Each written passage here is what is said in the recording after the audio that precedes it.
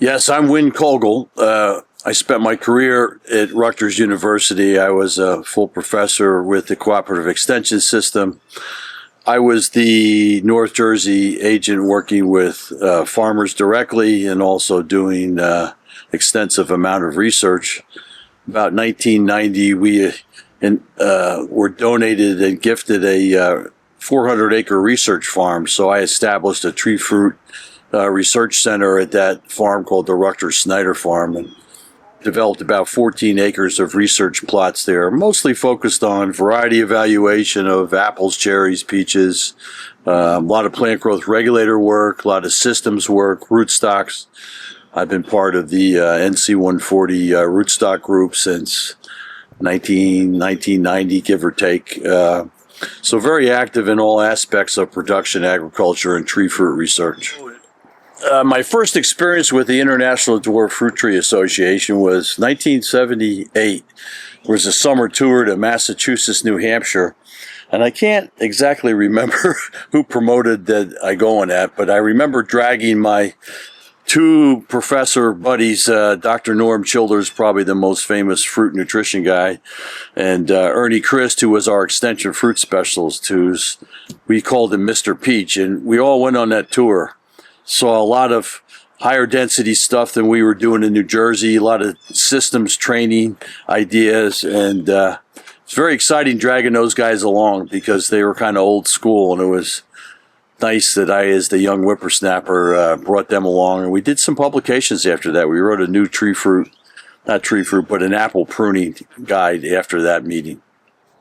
So that summer tour led me to really want to be involved with that organization. I met a bunch of good extension researchers, a bunch of great farmers, and really began a 40-year association with that group, actually a little more probably. But the winter meetings were the place to be if you were an extension and doing tree fruit work. And I remember those early meetings with Dave Ferree and Ron Perry, and the list is too long. I can't remember everybody. But we all kind of wanted to be there because you learned from those guys. You learned from the growers, the interactions with growers. We always brought international speakers in for the educational talks.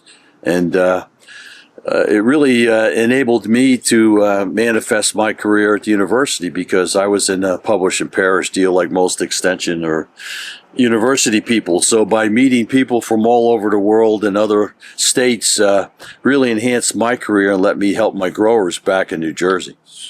So the biggest thing that I've taken away from the FDA and brought back to New Jersey and really the whole Northeast at this point is seeing other growers that are farther ahead make high density plantings, their successes, their problems, their solutions, and then bringing that back. And I think of this specific example of going to the International Fruit Tree Meeting in British Columbia. I think it was in the year 2000. And by then we've met all the extension people, the nurseries, especially on the West Coast and the East Coast nurseries, both Wafflers and Adams County, heavily involved with the organization. So we're all at these meetings together.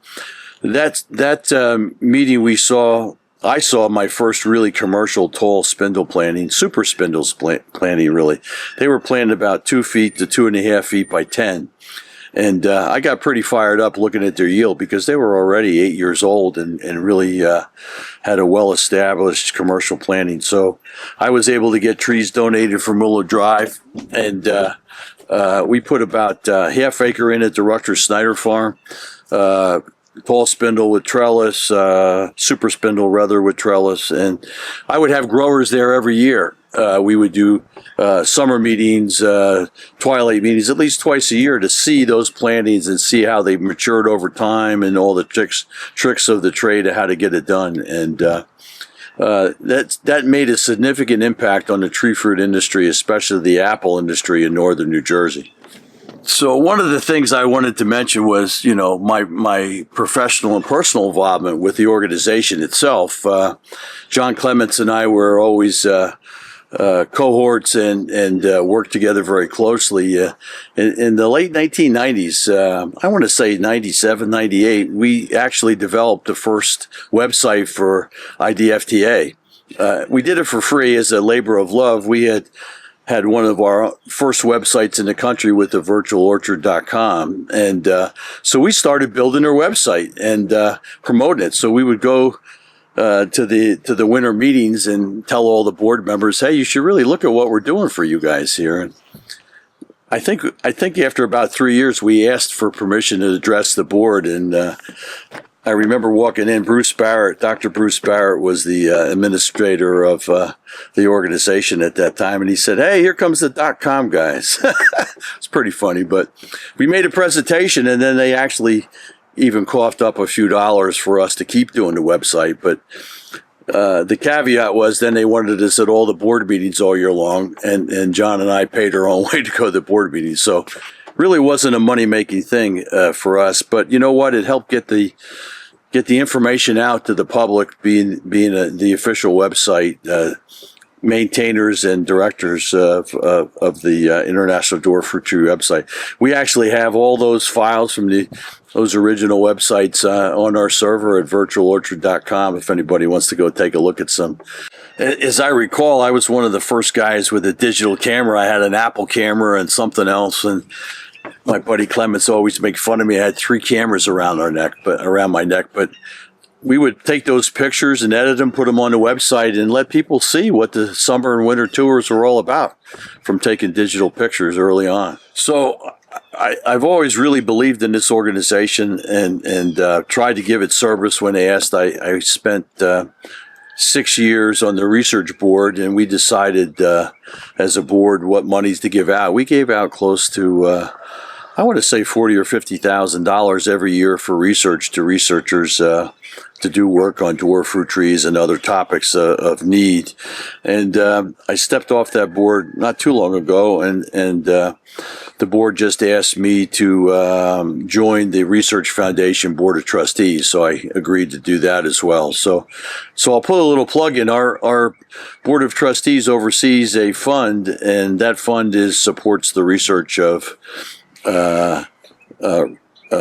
mostly land grant researchers, but not restricted to that. So we're always looking for growers to, donate to that fund to further research. Research money to do tree fruit and rootstock work is hard to come by in the real world. So, we as an industry have to support ourselves. So I encourage everybody, even if it's $100, $200, throw some in the pot, help our industry. So where can you make that tax-deductible research donation for tree fruit research? You go to the ifruittree.org website, and it'll guide you how to do it. In addition to the annual summer tours that move around every year and the annual winter conferences, the organization also sponsors educational trips, mostly abroad, and I participated in many of those. I've been to Italy at least twice with the International Fruit Tree Association. I'm planning on going to South Africa this winter. Always wanted to go, and because it's a tremendous fruit industry. So if I hadn't been part of IFTA, I wouldn't be able to go on these tours and see what the world is doing with fruit. So in summary, I would encourage anybody that really wants to become a better grower and really learn modern pomology, the tricks of the trade, to join this organization, participate in the meetings and tours. I've met the best growers from around the world through this organization and made lifelong friends as well. But you really tune up your game as a grower if you participate in IFTA.